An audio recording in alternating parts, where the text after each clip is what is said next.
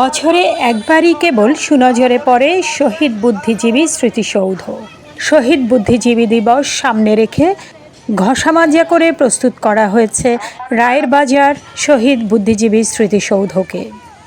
যদিও সারা বছরই এই স্মৃতিসৌধটি থাকে অরক্ষিত, অবহেলিত, কেবল বছরে ওই একবারই সবাই সুনজর দেয় এই শহীদ বুদ্ধিজীবী স্মৃতিসৌধে।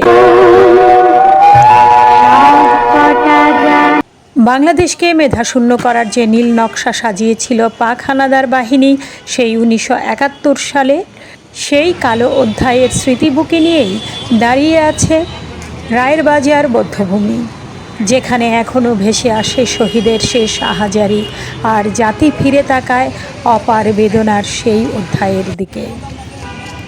সারা বছর খোঁজ না থাকলেও 14 ডিসেম্বর ঘনিয়ে আসতেই শুরু হয় কর্মযজ্ঞ, নিয়মিত ধোয়া মোছা ও সংস্কার কাজ। তবে এই প্রস্তুতির মাঝেই দেখা যায় অব্যবস্থাপনার চিত্র।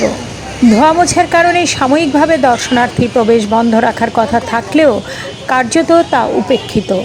অনেকে গেট বন্ধ থাকায় সোজা দেয়াল টপকে ঢুকে পড়ছেন ভেতরে। রায়ের বাজার বধ্যভূমির বেদির পেছনের অংশের দেয়ালের গ্রিল খুলে নেওয়া হয়েছে অনেক দিন আগে। সেখানকার ফাঁক দিয়েই চলছে অবাধ চলাচল।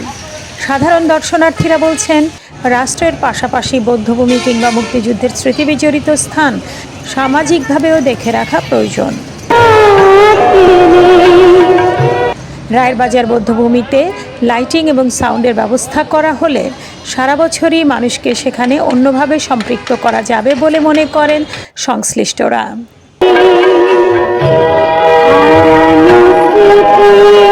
শহীদদের প্রতি সত্যিকারের শ্রদ্ধা জানাতে হলে শুধু নির্দিষ্ট দিবস ভিত্তিক নয়, রায়ের বাজার বধ্যভূমি সহ মিরপুর জাতীয় শহীদ বুদ্ধিজীবী স্মৃতিসৌধ এবং সারা বছরই বধ্যভূমিগুলোকে দেখভাল করা দরকার, এমনটাই মনে করছেন।